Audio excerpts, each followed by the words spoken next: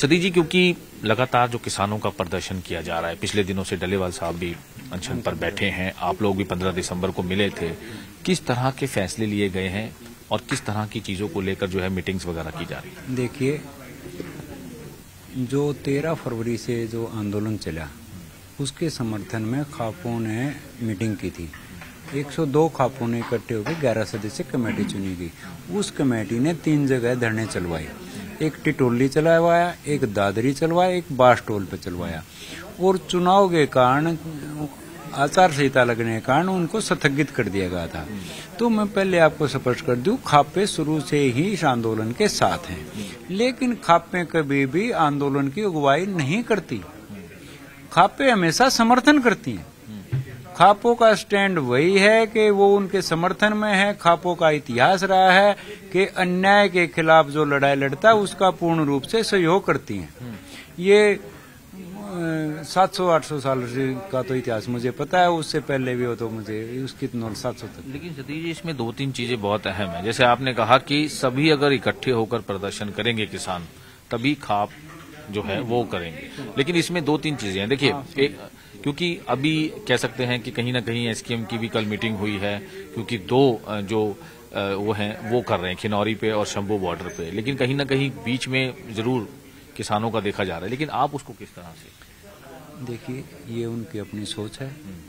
ये मीटिंग जो की आंदोलन को, अगर ये कोई भी आप जो है ना, ये नेता बताए जिन्होंने ये कहा हो कि भाई ये मांगे वाजिब नहीं है, ये गलत मांगे हैं, सारी वाजिब मांगे हैं। हम आपके मीडिया, आपके माध्यम से प्रार्थना करना चाहेंगे, अहम की लड़ाई को छोड़ के किसान आंदोलन का साथ दें। बहुत जरूरी है। उस दिन किस तरह की जो है वो महापंचायत रखी गई है, किस किस को अपील जो है वो? ये पूरे देश के सभी किसान संगठनों से निवेदन किया है कि सारे संगठन वहां पहुंचे, आंदोलनरत बगैर आंदोलन वाले भी। सभी खापे वहां पहुंचेंगे, सभी टोल कमेटियां पहुंचेंगी, अन्य संस्थाएं जो किसान आंदोलन को वाजिब जायज मानते वो सभी संस्थाएं वहां पहुंचेंगी और सहयोग करेंगी।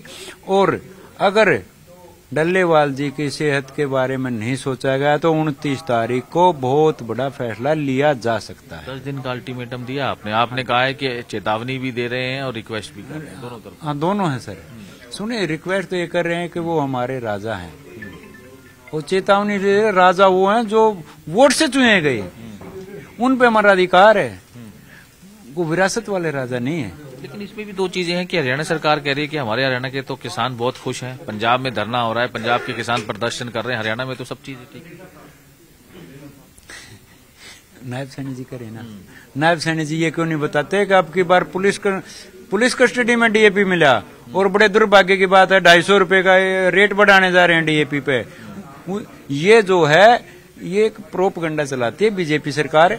ये हमेशा कहती रहेगी, शुरू से कहती रहे एमएसपी थी, एमएसपी है, एमएसपी रहेगी, लेकिन ग्राउंड पे कुछ नहीं है। यानी ग्राउंड जीरो पे कुछ नहीं है। तो इस बार अगर हम बात करें, किसानों को मिला एमएसपी कुछ हरियाणा में? सर, पता है क्या है, मीडिया के माध्यम से मैं आप लोगों को बता देना चाहता हूं कि एमएसपी पे फसलें खरीदे नहीं जा रही, ढकोसला किया जा रहा है एमएसपी का।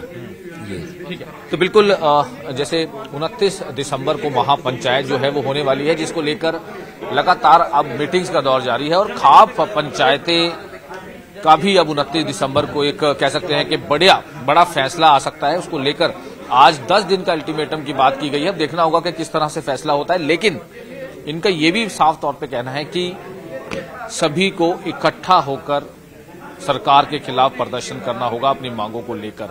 अगर इकट्ठा नहीं होते तो खाप उसमें इंटरफेयर नहीं करेगा।